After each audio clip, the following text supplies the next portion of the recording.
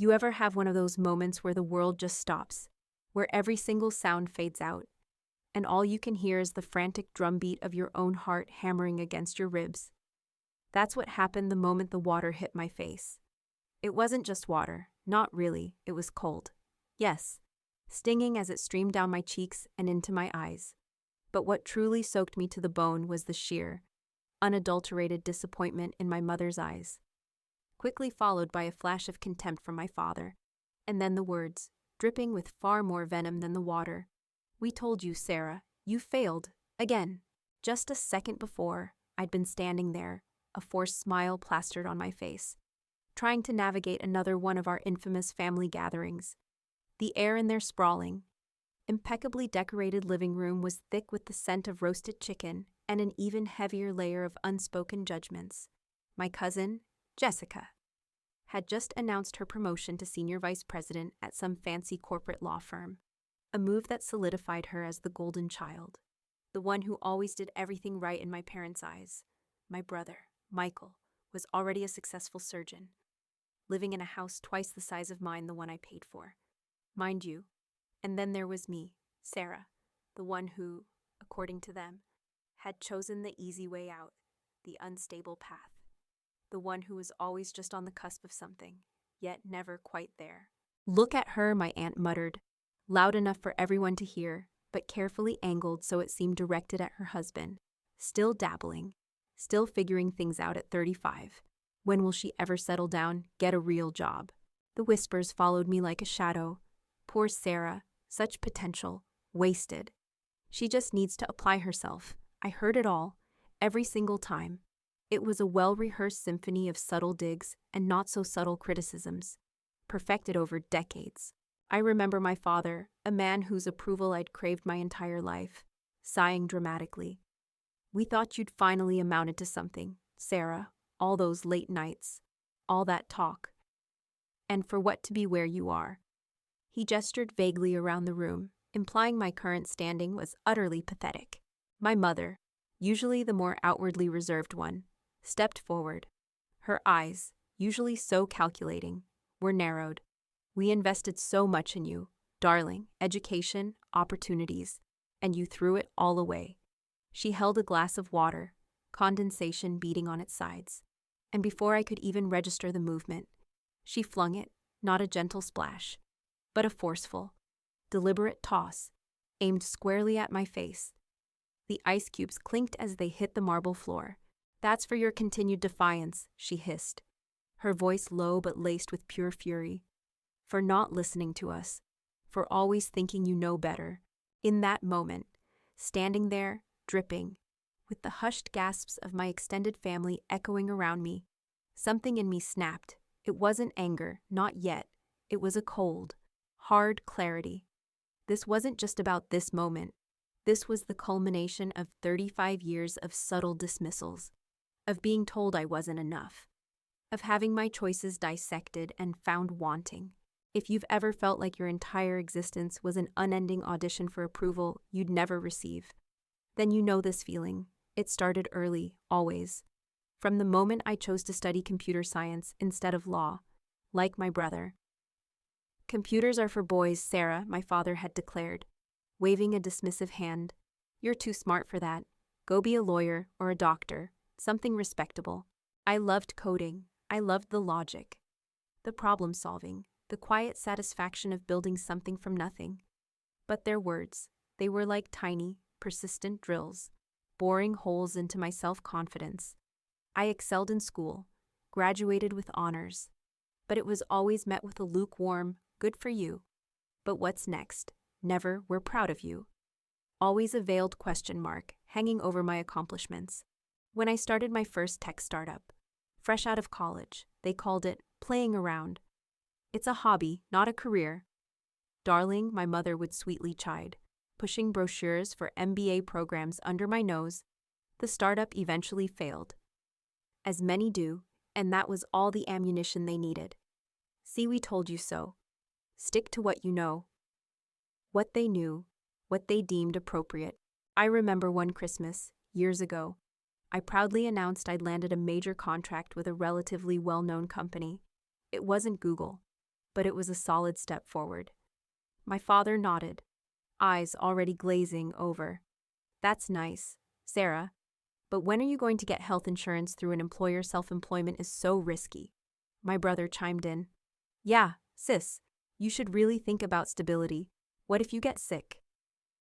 It was never about my success. It was always about their preconceived notions of what success should look like for me. Their constant need for control, disguised as concern, was suffocating. Financial independence became my silent battleground.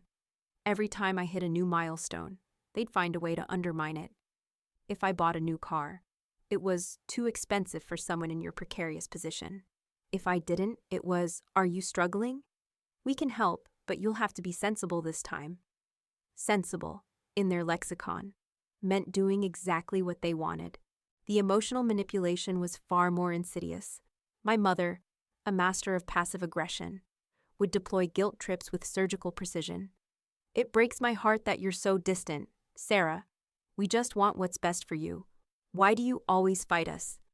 My father would appeal to duty and tradition. Family is everything. You owe us this. The implicit threat was always there, step out of line, and you risk losing what little emotional connection we share.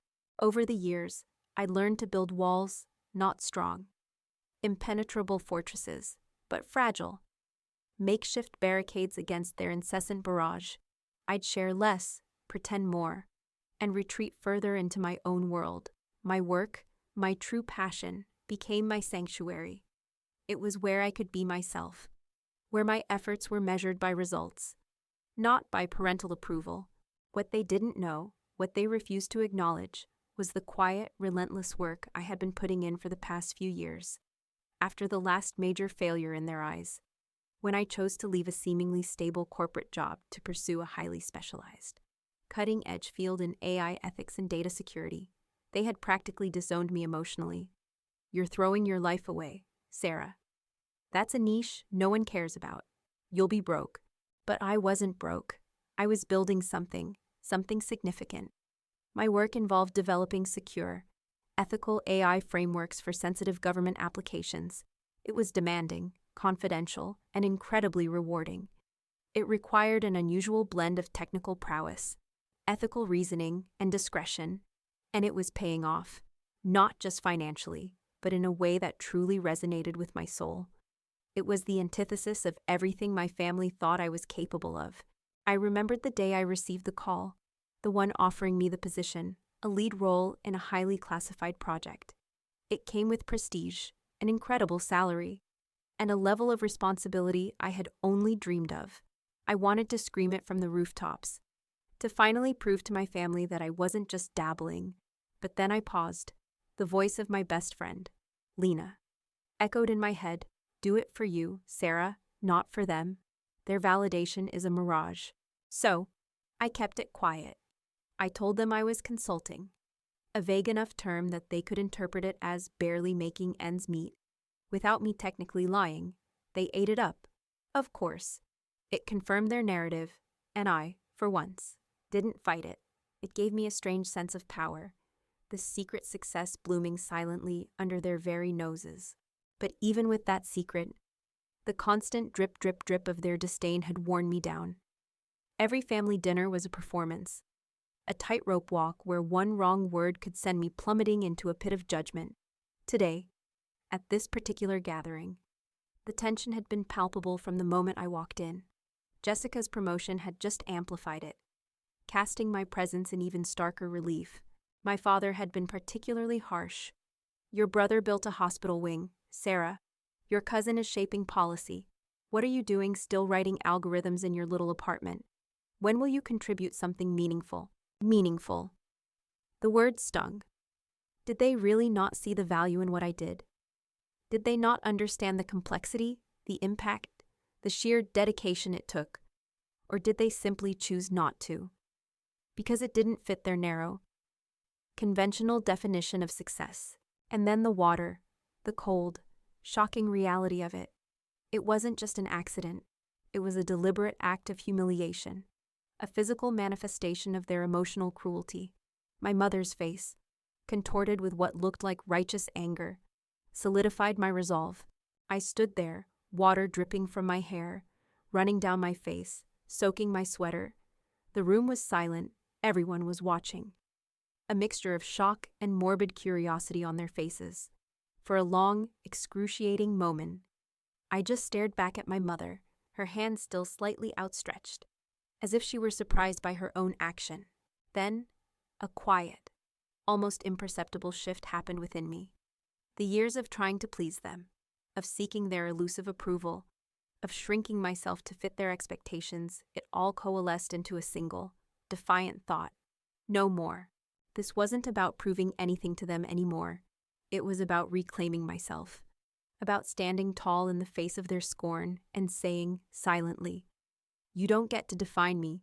And in that profound, dripping silence, a plan, sharp and clear, began to form in my mind, a plan that had been brewing for months, if not years, but had finally found its catalyst. You know, it's funny how a single, stinging moment can shine a spotlight on years of underlying issues. That splash of water wasn't just a rude gesture. It was the physical manifestation of every dismissive glance, every backhanded compliment, every subtle put-down I'd endured since childhood. And as the cold rivulets traced paths down my face, I realized just how heavy the invisible burdens they'd placed on me truly were. My family, they weren't overtly malicious in a cartoon villain way, no. Their brand of toxicity was far more insidious. Wrapped in layers of love and concern, it was the kind that slowly erodes your self-worth, making you question your own sanity. Every interaction felt like a transaction, especially when it came to finances. From my earliest memories, money was a tool, a lever they pulled to exert control. "We paid for your tuition, Sarah," my father would remind me, a casual statement that carried the weight of a lifelong debt. That expensive private school, the university, we sacrificed a lot. And they did, in a way, but that sacrifice came with an unspoken contract that I would fulfill their dreams, not my own. My choices, my career, even my relationships were implicitly tied to that financial investment. If I deviated, the ledger would be balanced with a heavy dose of guilt. I remember when I first started earning a decent income from my consulting work, before this classified project. When I was still dabbling, my parents, who had always painted me as financially unstable, suddenly developed a keen interest in my earnings, not out of pride, but out of expectation. "Your brother needs a down payment for his new clinic," my mother would mention over dinner, her eyes fixed on me with an unnerving intensity. "He's just starting out, and it's so expensive. And you, well, you're doing so well, aren't you, dear?" It wasn't a request, it was an unspoken demand. Cloaked in familial obligation, it felt like every dollar I earned wasn't truly mine, but merely a temporary holding for the family fund, to be dispersed at their discretion. I'd find myself constantly buying gifts, paying for lavish dinners, or discreetly sending money to help with various emergencies that always seemed to crop up, not because I genuinely wanted to, but because the alternative was a suffocating barrage of passive aggression and guilt-tripping. "We're just so worried about you, Sarah. Are you sure you're saving enough? Maybe you shouldn't be so generous with your money. You never know when you'll need it." Yet, the very next week, it would be another crisis that only my money could solve. It wasn't just financial. The emotional toll was heavier, far more debilitating. They had a knack for making me feel perpetually small, perpetually lacking. My brother, Michael, was the golden boy, intelligent, charismatic, a natural leader. He went into medicine, a path my parents championed with fervent enthusiasm. His achievements were celebrated with grand parties, glowing tributes, and endless praise. "Michael is going to change the world." My father would beam at every opportunity. "He's making us so proud." And then there was me. I excelled in academics, too. But my interest lay in the quiet, logical world of computers. "That's nice, Sarah," my mother would say with a polite, but clearly dismissive, smile. "But what are you going to do with that sit in front of a screen all day? That's not a career for a young woman." My parents saw me as fragile, as someone who needed to be guided, to be molded into their ideal vision of a successful woman, which, ironically, was the exact opposite of who I truly was. I remember once, in high school, I spent months coding a complex program for a science fair. I poured my heart and soul into it, staying up late, troubleshooting, learning new languages. I was so proud of it. When I presented it to my parents, my father just blinked. That's complicated, isn't it? Why don't you try something simpler, like joining the debate team? Your brother was excellent at debate, my mother added. You could meet a nice young man there. My achievement, my passion, was not just dismissed. It was instantly reframed through the lens of their expectations for my social life. It was a crushing blow, and I learned quickly to keep my true passions to myself. The gaslighting was a constant undercurrent if I ever tried to articulate my feelings, to express how their words made me feel. It was always met with denial or redirection. What are you talking about, Sarah? We never said that. You're being overly sensitive. Or, we're only trying to help you. You misinterpret our intentions. I'd leave those conversations feeling utterly confused, questioning my own memories, my own perceptions. Was I really the problem? Was I truly ungrateful? Too emotional? Too dramatic? The self-doubt became a persistent, nagging companion. One particularly vivid memory stands out. It was a few years ago. Right after I'd landed my first significant contract with a reputable tech firm, I was over the moon, genuinely excited about the work. I called my mother, eager to share the news. Her response, "That's good, dear. But your father and I were just talking about your little cousin, Emily.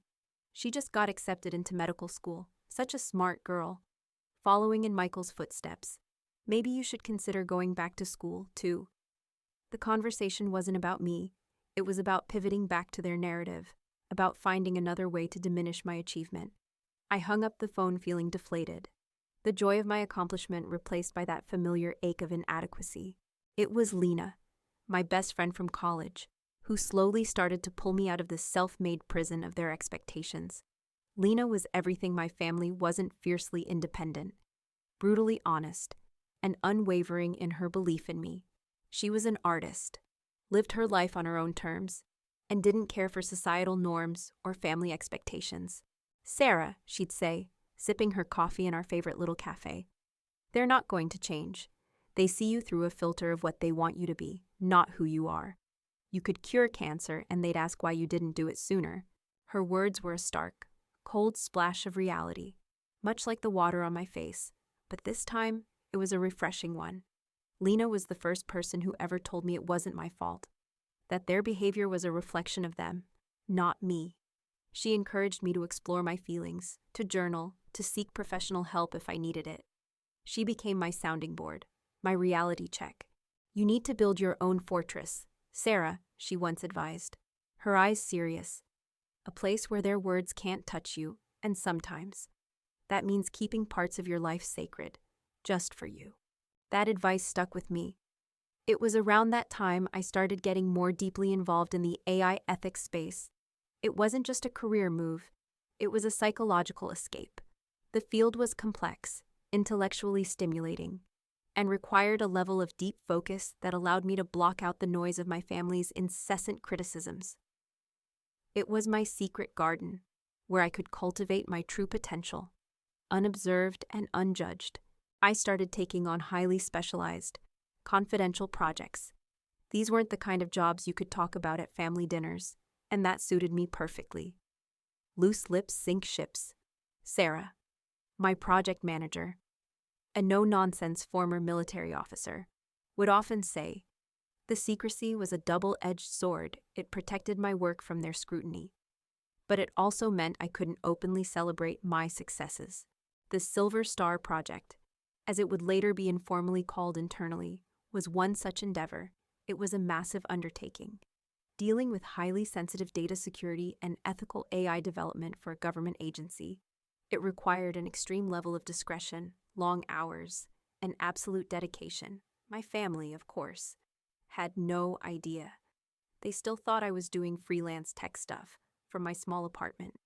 It fed their narrative of my supposed failure, which, paradoxically, gave me the space I needed to truly succeed.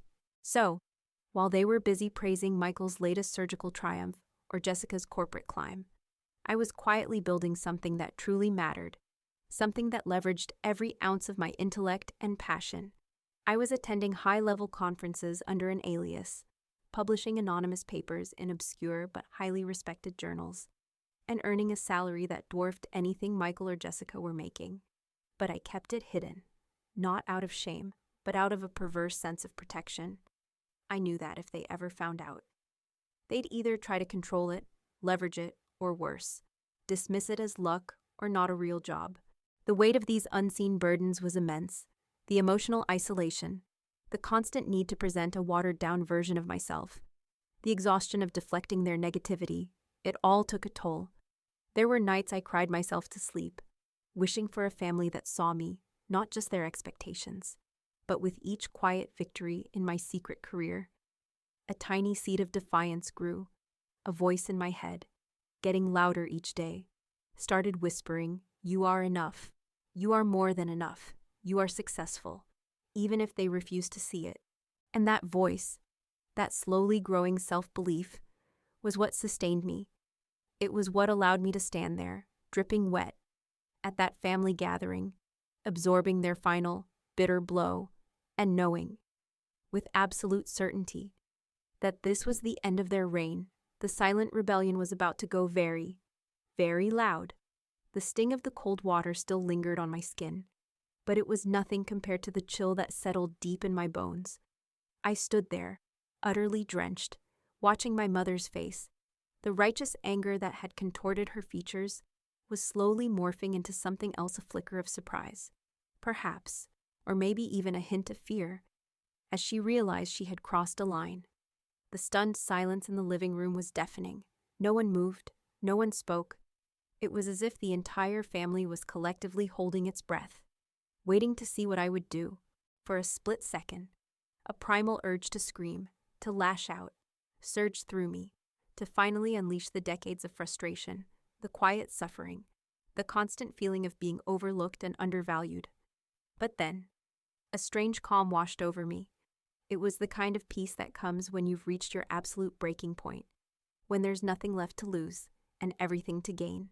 The shame, the embarrassment, the ingrained desire for their approval, it all dissolved, replaced by an unfamiliar, exhilarating sense of defiance. In that moment, I wasn't the failed Sarah they constantly reminded me I was. I wasn't the disappointment they believed me to be. I was a woman who had quietly built a life, a career, and a deep well of resilience. Despite their best efforts to undermine me, the water wasn't a humiliation, it was a baptism, a cold, shocking immersion into the person I was truly meant to be. If you've ever felt like you've been pushed to the very edge, like you just can't take it anymore, then you know this feeling. It's that precise point where the fear of staying the same finally outweighs the fear of change. I took a deep, steadying breath, the scent of expensive perfume and roast chicken momentarily cloying. My voice, when it came out, was surprisingly calm, almost a whisper, but it cut through the silence like a knife. "Are you quite finished?" My mother flinched, her eyes widening slightly. My father, who had been observing with his usual stoic disapproval, shifted uncomfortably. My brother, Michael, and cousin, Jessica, looked away, suddenly fascinated by their shoes. The other relatives mumbled amongst themselves, a nervous buzz replacing the earlier silence. But I wasn't done. The old me, the one who would have shrunk away, apologized, or tried to smooth things over, was gone. This new Sarah, forged in the fires of their constant judgment, was emerging. After that gathering, I went home. I didn't cry. I didn't rage. I just felt empty. And in that emptiness, a new kind of resolve began to bloom. I sat on my couch, still in my damp clothes, and scrolled through my phone. I needed to talk to Lena. Lena arrived an hour later, a bottle of wine and 2 huge pizzas in hand. She took one look at me, dripping and silent, and her face hardened. "What did they do now?" she asked, her voice laced with concern, but also a fierce protectiveness. I recounted the entire incident, from Jessica's smug announcement to the final, shocking splash of water. Lena listened, her expression darkening with each detail. When I finished, she didn't offer platitudes or try to make me feel better. Instead, she just said, Good. I blinked. Good. Yes, good, she repeated, nodding decisively. Because you finally saw them, Sarah. Really saw them. Not the parents you wished you had. Not the family you tried to mold yourself for. But them. And it sounds like you're finally done. And she was right. I was done. The incident, brutal as it was, had shattered the last vestiges of my illusion. I had spent my entire life trying to earn their love, their respect, their approval. I had tried to be the daughter they wanted, the one who would follow their path, marry well, and have a real job. But no matter what I did, it was never enough. And now, seeing their true colors, stripped bare of any pretense of care or concern, was a terrifying, yet liberating, revelation. The next few days were a blur of intense self-reflection. I replayed every condescending remark, every financial manipulation, every moment of emotional gaslighting. I journaled furiously, filling pages with raw, unfiltered thoughts and emotions. I remembered my father's constant pronouncements about my lack of ambition, even as I was secretly working 16-hour days building complex algorithms. I recalled my mother's gentle suggestions that I find a husband to take care of me, despite my growing financial independence. It was during this time that I made a crucial decision. I needed to fully embrace the secret life I had already started building. My work in AI ethics and data security, the highly confidential Silver Star project, was no longer just a career. It was my escape route, my declaration of independence. I doubled down on my efforts, working even longer hours, diving deeper into the complexities of my projects. Trust me, you won't believe what happened next. I started seeing a therapist Lena had recommended, a kind, insightful woman named Dr. Evelyn Reed. Dr. Reed specialized in family dynamics and narcissistic abuse. In our sessions, she helped me untangle the intricate web of guilt, obligation, and fear that had bound me to my family for so long. She validated my experiences, something my family had never done. Your family operates on a system of conditional love, Sarah, Dr. Reed explained gently during one session. Their affection, their approval, is contingent on you conforming to their expectations. When you deviate, they withdraw that love and employ tactics to bring you back into line. The water incident. That was an extreme attempt to reassert control, to humiliate you back into submission. It was a profound realization. It wasn't my fault. It wasn't that I wasn't enough. It was that their capacity to accept me for who I was limited, and that was their problem, not mine. This knowledge was like a key, unlocking the chains I hadn't even realized were binding me. With Dr. Reed's guidance, I began to learn about setting boundaries, real boundaries, not the flimsy, easily breached ones I'd tried to erect before. These were concrete, non-negotiable lines in the sand. You don't need their permission to be happy, Sarah, Dr. Reed said. You don't need their approval to be successful. Your success is your own. And sometimes, the most powerful thing you can do is to simply be yourself, without apology, without explanation. I started small. I stopped answering every phone call immediately. I politely declined invitations to family events that felt like interrogations. When my mother called to check in, which always meant asking about my finances, I'd calmly state, "My financial matters are private. Mom, I'm doing well. Thank you for your concern." It was met with shock, then irritation, then a passive-aggressive sigh, but I held my ground. Each small victory empowered me, making the next boundary easier to enforce. I also began to actively prepare for the inevitable confrontation. I knew the Silver Star project was nearing its completion, and with it would come a significant public recognition, albeit a subtle one that only those in the know would recognize. It wasn't going to be a grand ceremony splashed across national news, but within my specialized field and government circles, it was a huge deal. It was the Silver Star Award for outstanding contribution to national data security, a quiet but incredibly prestigious honor. I started planning what I would say, how I would react. I envisioned the moment, mentally rehearsing the scene. I wanted to be calm, collected, and utterly unwavering. I wanted my actions to speak louder than any words they could ever throw at me. My focus shifted from seeking their approval to truly nurturing my own growth. I invested more time in self-care, in activities that brought me joy, in connecting with people who genuinely supported me. Lena and I would spend hours talking, dissecting my progress, celebrating my small victories. "You're shining, Sarah," Lena observed one evening, watching me work on my laptop, deeply immersed in a complex coding problem. "You're finally letting your true self come out." The biggest part of this quiet rebellion was my unwavering commitment to the Silver Star Project. It was complex, demanding, and required me to be at the top of my game. I was often the only woman, and certainly the youngest, in rooms filled with seasoned experts. But I thrived on the challenge. Each breakthrough, each successful implementation, was a quiet triumph over the voices that had told me I wasn't smart enough, not capable enough. My project lead, General Davies, a gruff but fair man with piercing blue eyes, saw something in me that my family never did. He trusted my judgment, valued my insights, and gave me the autonomy I craved. When he informed me that my team's work, and particularly my contributions, would be recognized with the coveted Silver Star for exceptional service and innovation, it wasn't just a professional achievement, it was a profound personal validation. The Silver Star was a small, unassuming pin. A stylized silver star with a single, elegant line through it, signifying a breakthrough. It wasn't something you could easily Google, nor was it flashy. But within certain federal agencies and the highly specialized tech community I operated in, it was the ultimate mark of distinction. It meant you had contributed something truly groundbreaking, something that made a tangible, significant difference.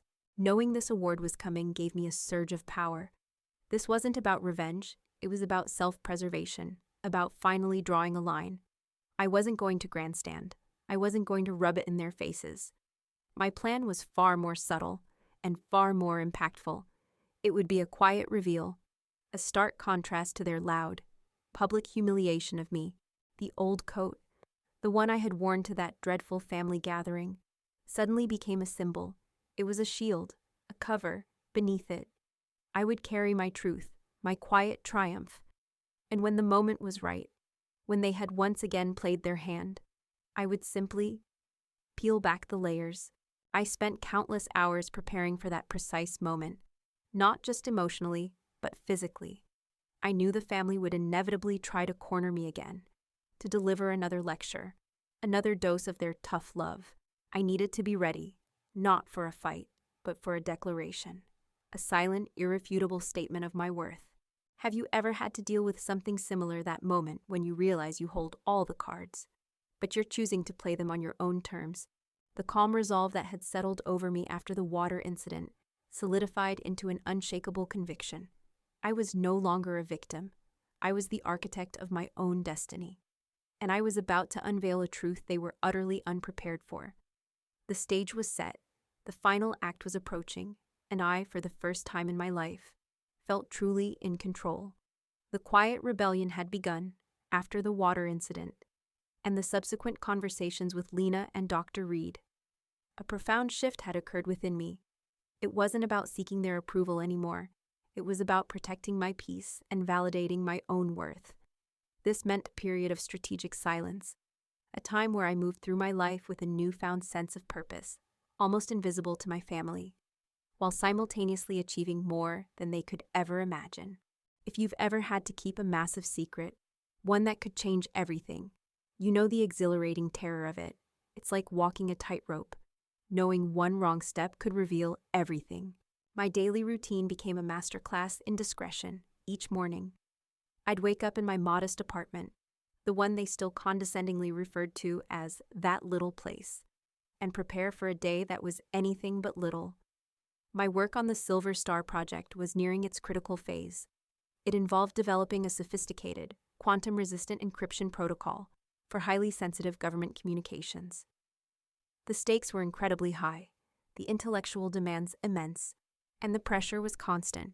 My family, meanwhile, continued their relentless, albeit now more distant, attempts at control.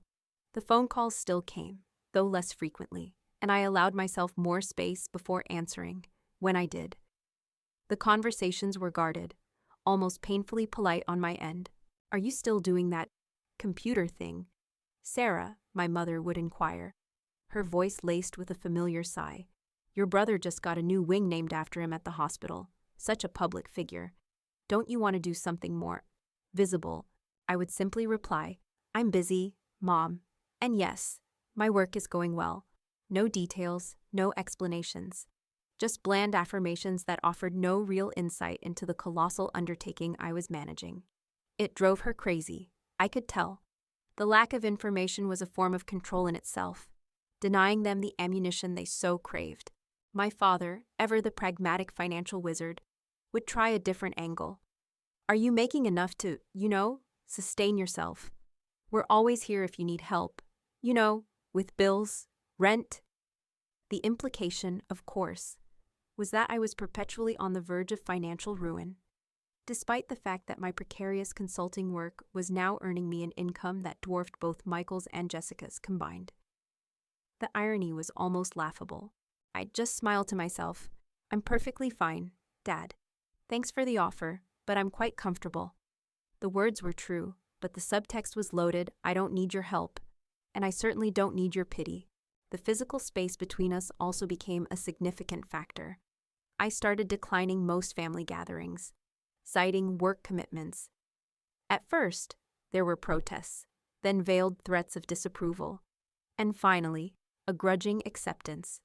They probably assumed I was too embarrassed to show my face. Given my perceived failures, which suited my purposes perfectly, it bought me time, space, and freedom. This wasn't easy, let me tell you. Years of conditioning, of trying to please, meant there was a constant battle within myself. A small voice, echoing my parents' criticisms, would sometimes whisper, "Are you sure you're doing the right thing? What if you are failing? What if they're right?" But then, I'd look at the complex code on my screen, the breakthroughs my team was making, the profound impact our work would have, and that voice would quiet. Lena was my lifeline during this period. We'd have weekly check-ins, where I could vent about the subtle jabs and condescending tones from my family. And she would ground me. "Remember why you're doing this, Sarah," she'd remind me. "Not for their applause, but for your own peace. You're building an empire, and they're too busy counting pennies to even notice." The Silver Star project required trips to secure government facilities, endless hours in shielded labs, and meetings with high-ranking officials. I had to create a whole parallel life, a consulting persona for my family that was just credible enough to explain my long absences and vague answers, but bland enough not to pique their suspicion. It was exhausting, but exhilarating. Every time I successfully deflected a probing question from my mother, or calmly rejected a financial offer from my father, I felt a surge of quiet power. There was one particularly close call. My mother, ever the detective, decided to surprise me with a visit to my apartment. I was in the middle of a critical video conference, deep into a discussion about network vulnerabilities. My apartment, usually a haven of organized chaos, had whiteboards covered in complex algorithms and several monitors displaying classified data. I heard her insistent knocking, followed by her familiar Sarah. "Darling, I know you're in there," panic flared. I quickly shut down my monitors, threw a blanket over the whiteboards, and shoved sensitive documents under a cushion. When I finally opened the door, she stood there, arms crossed, a disapproving look on her face. "Well, finally, were you sleeping?" "It's almost noon," she exclaimed, sweeping into my apartment, her eyes immediately scanning for any sign of disorder or worse. "Failure? Just very focused on work, Mom," I said, trying to sound nonchalant. She peered around, her gaze lingering on the covered whiteboard. "What's under there? More of your scribbles?" "Just some brainstorming," I replied. Forcing a smile, she made a face, dismissing it, and then launched into a monologue about Michael's latest achievement and Jessica's upcoming vacation. I let her talk, nodding occasionally, my heart still pounding from the near miss. That day, I realized just how important it was to maintain the facade, to keep my two worlds utterly separate. The culmination of the Silver Star project was a technical demonstration to a panel of high-ranking military and intelligence officials. It was the moment where years of research, countless hours of coding, and relentless problem solving would either pay off spectacularly or fall flat.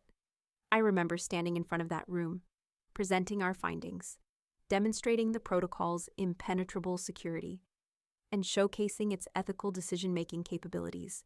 My voice was steady, my confidence unwavering. When the demonstration concluded, there was a hushed silence, followed by a ripple of applause. General Davies, usually so stern, actually smiled. "Miss Hayes," he said, using my professional title, "you and your team have not only delivered a solution, you have set a new standard. This is nothing short of revolutionary." The formal recognition came a few weeks later. It wasn't a public announcement, not in the traditional sense, but an internal ceremony at a secure government facility. The Silver Star Award, a small, elegant silver pin, was personally presented to me by a high-ranking official, accompanied by commendations for my extraordinary contributions to national security and ethical AI advancement. It was the culmination of everything I had worked for, a tangible symbol of my intellectual prowess and unwavering dedication. The pin itself was discreet, designed to be worn on a lapel, easily mistaken for a decorative accessory by the untrained eye. But to those who knew, it signified a lifetime achievement, a quiet badge of honor for work that transcended mere employment. I pinned it carefully inside the lining of my favorite winter coat, the one I often wore to family gatherings. It was my little secret, a symbol of the profound success they couldn't see, wouldn't understand, and certainly wouldn't acknowledge. This award wasn't about proving them wrong, it was about proving myself right. It was the definitive external validation that my path, the one they so vehemently rejected, was not only valid but exceptional. It cemented my financial independence, opening doors to even more prestigious and lucrative opportunities. I was truly free, not just emotionally, but in every sense of the word. Drop your thoughts in the comments below if you've ever felt that immense satisfaction of achieving something significant, knowing you did it entirely for yourself. The silver star, hidden beneath my coat, felt like a silent superpower. It was the physical embodiment of my journey from the insecure, approval-seeking daughter to the confident, self-actualized woman. It was a testament to every late night, every dismissed idea, every tear shed in frustration. It was my quiet triumph, waiting for the perfect, unbidden moment to be revealed. And that moment, I knew, was coming. It would be at another family gathering, another instance where they would try to cut me down, to assert their dominance. But this time, I wouldn't just stand there and take it. This time, I had my secret weapon, a tangible symbol of my undeniable success, ready to turn their narrative on its head.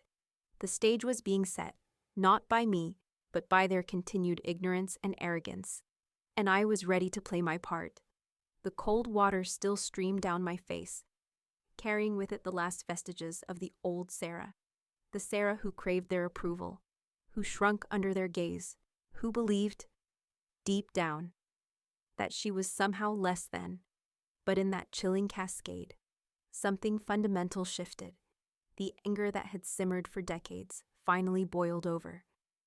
Not in a destructive rage, but in a quiet, laser-focused clarity.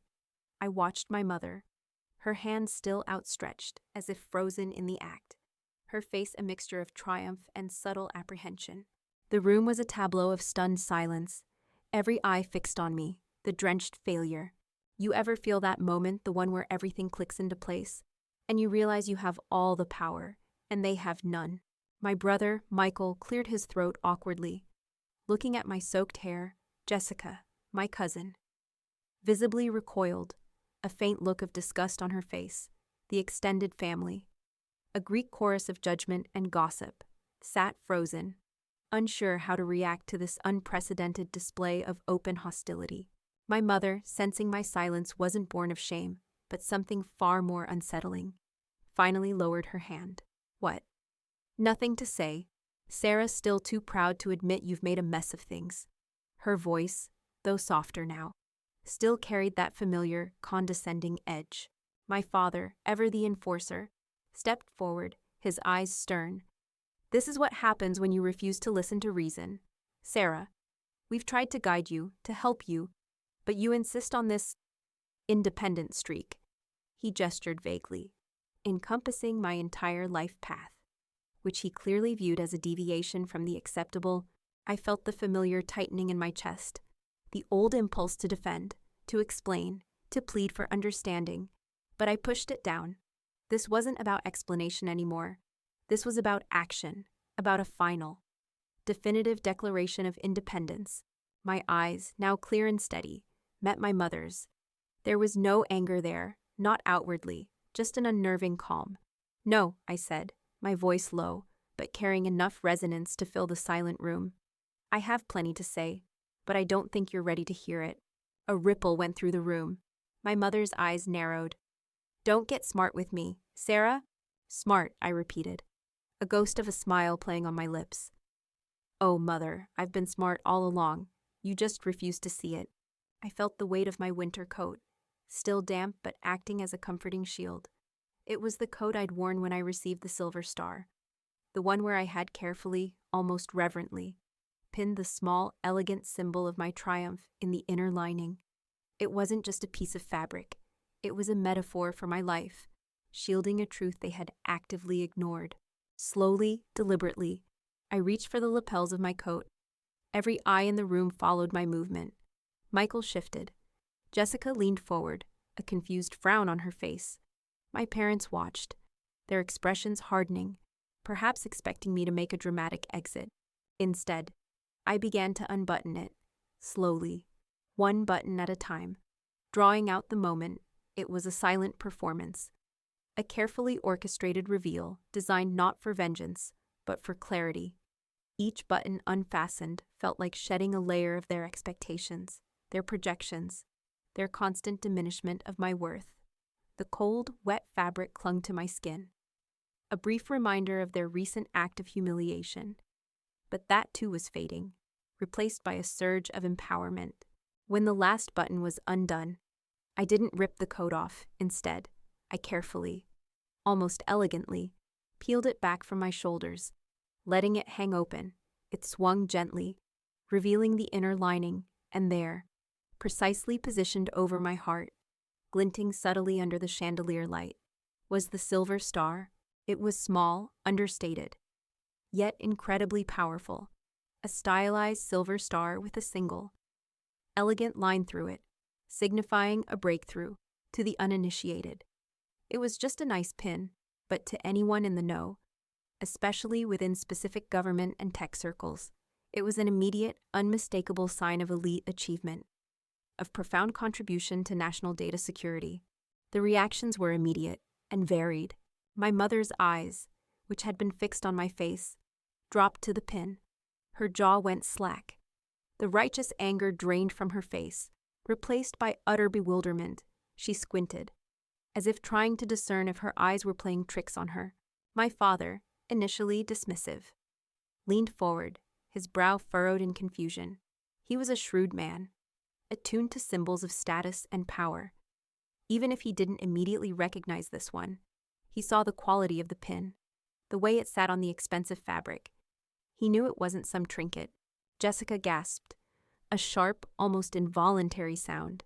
As a corporate lawyer, she would have a better chance of recognizing it, or at least understanding its significance. Her eyes widened, flicking from the pin to my face, then back to my parents. The smugness that usually defined her expression vanished, replaced by genuine shock. Michael, my brother, who had always been so effortlessly confident, stared at the star. He had a natural curiosity, and perhaps a touch of professional jealousy from our childhood. I saw a flicker of recognition, a dawning comprehension in his eyes. He might not have known the exact award, but he understood gravitas. He knew this wasn't some novelty item. The murmurs from the other relatives stopped dead. The silence returned, heavier this time, charged with a different kind of tension. It wasn't anticipation of my breakdown. It was the dawning realization of their monumental misjudgment. What is that? Sarah. My mother's voice was barely a whisper, laced with a fear I'd never heard before. I reached up, my fingers brushing the cool metal of the pin. My gaze swept over each of their faces. My mother's bewilderment, My father's dawning comprehension. Jessica's shock. Michael's quiet recognition. This, I said, my voice clear and steady, filled with an authority I had never dared to wield before, is the Silver Star Award for Exceptional Service and Innovation in Ethical AI Development for National Security. It was awarded to me by the government 2 weeks ago for leading the team that developed the quantum-resistant encryption protocol. The words hung in the air, each one a hammer blow to their carefully constructed narrative of my failure. My mother stared, her mouth slightly open. By the government? But you're just consulting. Oh, Mother, I replied, a genuine, unforced smile touching my lips. My consulting involves leading highly classified projects that secure our nation's most sensitive data. It involves work that your brother's hospital can't even dream of implementing yet. Work that affects millions, and it pays quite a bit more than any real job you could have imagined for me. I watched my father's face. He was doing the mental math, I could tell. The mention of quantum-resistant encryption and national security clearly registered. He understood power, and this was it. His face, usually so impassive, contorted with a mixture of disbelief and, I dare say, a flicker of grudging respect. But you never told us, my mother stammered, her voice rising in pitch, betrayal coloring her tone. Why didn't you tell us? Tell you, I laughed. A short, humorless sound. Why would I? So you could dismiss it as playing around, so you could tell me it wasn't a real job, so you could find a way to undermine it, to diminish it. Just as you've done with every single one of my accomplishments since I was a child, my voice gained strength. No longer calm, but resonating with the raw truth. You poured water on my face and told me I failed. You've told me that my entire life, when all along, I was building something truly significant, something I was passionate about, something that mattered. I took a step forward, the water still glistening on my skin, my coat hanging open, the silver star prominent. This isn't about proving anything to you anymore. This is about establishing a boundary, one you clearly understand only when confronted with undeniable facts. I looked directly at my mother. You called me a failure. You physically humiliated me in front of our family. That behavior is unacceptable. It always has been, and it ends now. Then, I turned my gaze to Michael and Jessica, who were both looking down, avoiding my eyes. And for those of you who have passively or actively enabled this behavior, who have contributed to the narrative that I am somehow less, know this: I have built my own success, on my own terms, with my own abilities. Your validation, or lack thereof, holds absolutely no power over me anymore. The room was utterly silent again, but this time, it was a silence born of shock, not judgment. They had nothing to say. Their carefully constructed narrative of my life had been shattered, exposed for the fiction it was. The golden children looked diminished, and the failure stood tall, shining with an inner light they could never extinguish. I took a final, deep breath, savoring the feeling of liberation. The water on my face no longer felt cold. It felt like a cleansing. I came here today hoping for a family gathering. What I found was a confirmation of why I've kept my distance. My peace, my self-respect, are no longer negotiable. I didn't storm out. I didn't yell. I simply turned, buttoned my coat back up, tucking the silver star back into its discreet place, and walked calmly towards the door. The sound of my heels on the marble floor was the only noise. No one tried to stop me. No one said a word. The silence was my victory. Walking out of that house, leaving behind the stunned silence and the lingering scent of their judgment, felt like shedding a skin. The dampness from the water on my coat was a reminder, not of humiliation, but of the final catalyst. As I stepped out into the cool evening air, the chill was invigorating, a stark contrast to the suffocating warmth of their living room. I got into my car, the quiet hum of the engine a welcome sound of freedom, and drove without looking back. The aftermath wasn't immediate or entirely clean. Change, especially within deeply entrenched family dynamics, rarely is. But this time, I was ready. I wasn't waiting for their apology. I was building my new life, brick by independent brick. Have you ever cut ties with someone or a group that was consistently holding you back. It's not easy, but the peace you gain is immeasurable. The first few days were quiet. No calls, no texts. It was unsettling in its own way. Like the calm after a storm, I almost expected a barrage of angry messages or frantic attempts to fix things. But there was nothing. Their silence, for once, was a gift. It allowed me to breathe, to process, to solidify the boundaries I had so dramatically established. Then, the trickle began. A text from my mother, weeks later. "Are you okay, Sarah? We're worried about you." Noticeably, no apology, just the familiar manipulation cloaked as concern. I replied, simply, "I'm doing exceptionally well. Thank you." I didn't elaborate, I didn't engage. The urge to explain, to justify, was still there, a ghost of my past self. But I firmly pushed it aside. My father eventually called, his voice surprisingly subdued. "Sarah," he began, a rare hesitation in his tone. "About that award. What exactly does that mean?" He wasn't asking out of pride, but out of a need to categorize, to understand how this new, powerful version of me fit into his world. I kept it professional. "It means I'm a recognized expert in a highly specialized field, Dad, and it means I'm incredibly busy. My work is classified, so I can't discuss specifics." It was the truth, and it also effectively shut down any further probing. He tried to pivot to financial advice, offering to help me invest my new earnings. I politely, but firmly, declined.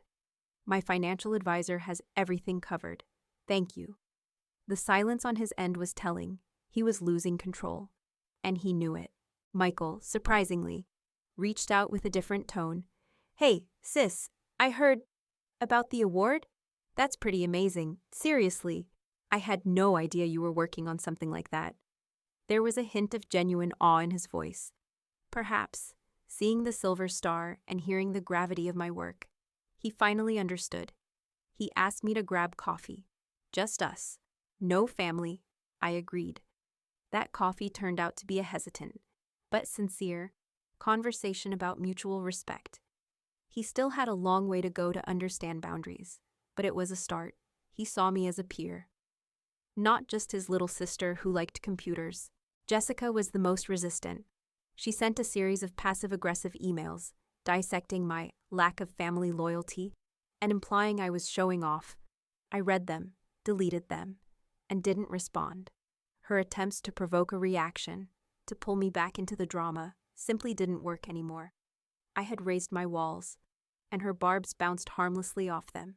It was liberating to realize her opinions, which once held such power over me, now meant nothing. My life truly began to blossom. The professional world embraced me.